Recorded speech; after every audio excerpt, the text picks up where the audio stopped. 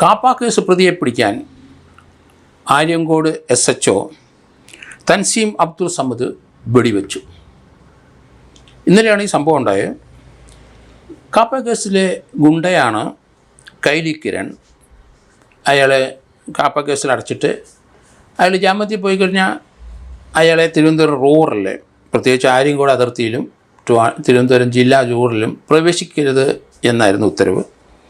അത് ലംഘിച്ച് അയാൾ ആര്യങ്കോട് വന്നു.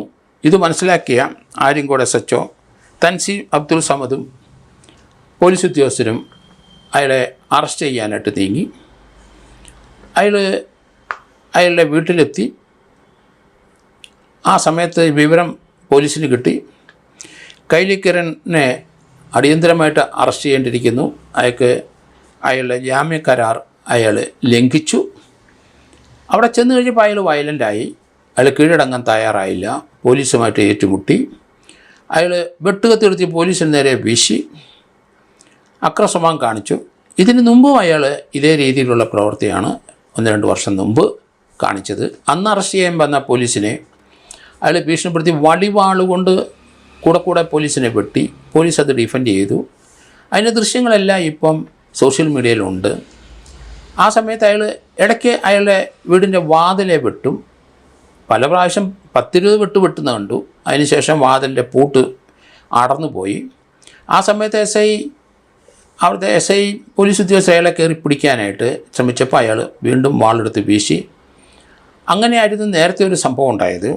എങ്കിലും അവർ അന്ന് കീഴ്പ്പെടുത്തിയിരുന്നെന്ന് എനിക്ക് തോന്നുന്നു.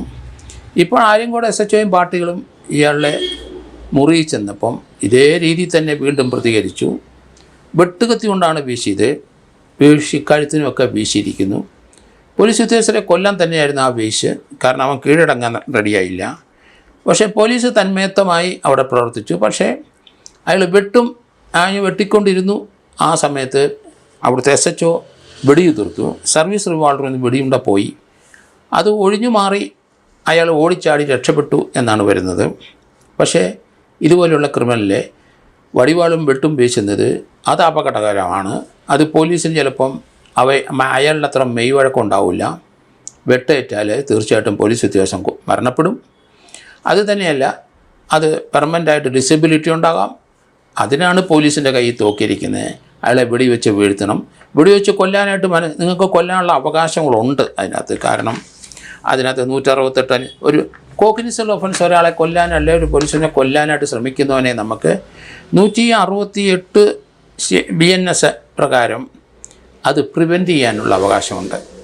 കൊല്ലാനായിട്ട് ഒരു മരണഭയം നമുക്ക് സ്വന്തമായിട്ട് തോന്നുവോ മറ്റൊരാളെ കൊല്ലും എന്ന് പൂർണ്ണമായ ബോധ്യം വരികയോ ചെയ്താൽ ആ ആളെ വെടിവെച്ച് കൊല്ലുന്നതിന് പോലീസിന് അധികാരമുണ്ടെന്നുള്ള കാര്യം മറക്കരുത്.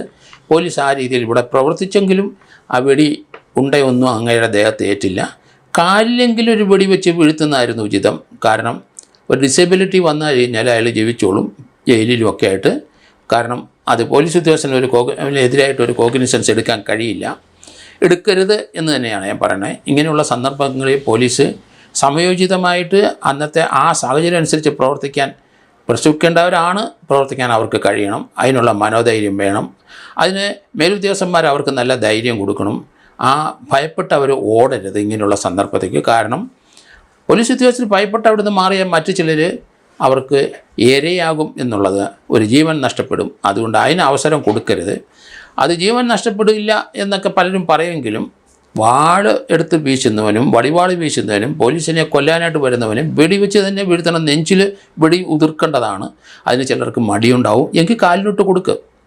അവൻ്റെ കാല് വെടി കൊണ്ട് തകരട്ടെ. അങ്ങനെ തകരുമ്പം അങ്ങനെയുള്ളവർ പിന്നീട് ജീവിച്ചോളും. ജയിലിൽ പോയി കിടന്ന് ജീവിച്ചോളും. ഒരാളെ കൊന്നെന്നുള്ള ഒരു ഇതും നമ്മുടെ മനസ്സിലൊരു വിഷമം തോന്നണ്ട. പക്ഷേ പോലീസ് ഉദ്യോഗസ്ഥനായിരിക്കുന്ന ആൾക്കാർ ഇങ്ങനെയുള്ള സന്ദർഭത്തിൽ പ്രവർത്തിക്കാനുള്ള അധികാരമുണ്ട്. അതിനാണ് തോക്ക് തന്നിരിക്കുന്നത്. അത് കൈവച്ചുകൊണ്ട് ഓടുന്നത് ശരിയല്ല. ഇങ്ങനെയുള്ള ക്രിമിനൽസിനെ, കാരണം സമൂഹത്തിനെയും സൊസൈറ്റിയെയും നിയമത്തെയും കോടതിയെയും പോലീസിനെയും ഒന്നും ഭയമില്ലാത്ത ഇതുപോലെയുള്ള കൈലി കിരണിനെ പോലെയുള്ളവൻ്റെ കാലെങ്കിലും വെടിവെച്ച് വീഴ്ത്തി അയാളെ പെർമനൻറ്റ് ഡിസബിലിറ്റി ആക്കി അയാളുടെ വീട്ടിലാക്കുന്നതായിരുന്നു നല്ലത്. അതെന്തായാലും ചെയ്തില്ല. ഏതായാലും വെടിയുണ്ട കൊണ്ടില്ല. അയാളത് ഒഴിഞ്ഞു മാറിപ്പോയി എന്നാണ് പറയുന്നത്. അയാൾ രക്ഷപ്പെട്ടു ആ സ്ഥലത്ത് നിന്ന്. എങ്കിലും ഇതുപോലെയുള്ള ധാരാളം സന്ദർഭങ്ങൾ എനിക്ക് എൻ്റെ പോലീസ് ലൈഫിലുണ്ടായിട്ടുണ്ട്. ആ സമയത്ത് വെടിവെച്ച് പലരും മരിച്ചിട്ടുണ്ട്. പൂന്തറയുള്ള സ്ഥലങ്ങളിൽ പല സ്ഥലത്തും വെടി ഉതിർത്തിട്ടുണ്ട് ഞാൻ. വിഴിഞ്ഞം പൂവാറിൽ, അതുപോലെ തന്നെ ഇവിടെ വേളിയിൽ, തിരുവനന്തപുരത്ത് സിറ്റിയിൽ, മട്ടാഞ്ചേരിയിൽ, അതുപോലെ പത്തനംതിട്ടയിലൊക്കെ വെടിയുതിർക്കേണ്ട സാഹചര്യം വന്നിട്ടുണ്ട്. അതൊക്കെ ചെയ്തിട്ടുമുണ്ട്. പക്ഷേ അതിന് നമുക്കൊരു പരിക്കേൽക്കാനില്ല. നമ്മുടെ ആ സാഹചര്യം അനുസരിച്ച് നമുക്ക് വെടിവെക്കേണ്ടതാണെങ്കിൽ തീർച്ചയായിട്ടും പോലീസ് ഓഫീസറിന് അധികാരമുണ്ട്, അല്ലെങ്കിൽ പട്ടാളക്കാർക്ക് അധികാരമുണ്ട്, അല്ലെങ്കിൽ പോലീസ് ഫോഴ്സിലുള്ള CRPF BSFലൊക്കെ ആ സന്ദർഭത്തിൽ അങ്ങനെയുള്ള സിറ്റുവേഷൻ ഉണ്ടെങ്കിൽ അവരുടെ കമാൻഡർ അല്ലെങ്കിൽ കമാൻഡ് അനുസരിച്ച് നമുക്ക് വെടിവെക്കാം. ഇല്ലെങ്കിൽ ഒരു SHOയ്ക്ക് സ്വന്തമായിട്ട് തീർച്ചയായിട്ടും വെടിവെക്കാനുള്ള അധികാരമുണ്ട്, കൊല്ലാനുള്ള അധികാരമുണ്ട്. തമിഴ്നാട് പോലീസ് അടുത്ത കാലത്ത് 7-8 ക്രിമിനലുകളെ, വളരെയധികം പേരെ കൊന്നവരെയും അവരെ പോലീസിനെ വെട്ടാൻ വരുന്നവരെയും പോലീസിനെ വെട്ടിയവരെയും ഒക്കെ വെടിവെച്ച് വീഴ്ത്തി കൊന്നത് നമ്മൾ കാണുന്നുണ്ട്. അതിന് പോലീസിന് അധികാരമുണ്ട്. അങ്ങനെ ഗുണ്ടകളാരും കരുതണ്ട, പൊതുജനങ്ങളും കരുതണ്ട. പോലീസിന് അതിനുള്ള അധികാരമുണ്ടെന്നുള്ള കാര്യം, അതനുസരിച്ച് പോലീസ് പ്രവർത്തിച്ചാൽ അത് ന്യായയുക്തമായ പ്രവർത്തനമാണ് എന്ന് കോടതി ബോധ്യപ്പെടുത്താൽ ആ പോലീസ് ഉദ്യോഗസ്ഥനെ പണിഷ് ചെയ്യില്ല. അയാളെ പൊതുനന്മയ്ക്ക് നല്ല കാര്യം ചെയ്തതിന് അയാളെ വെറുതെ വിടുകയും ചെയ്യും.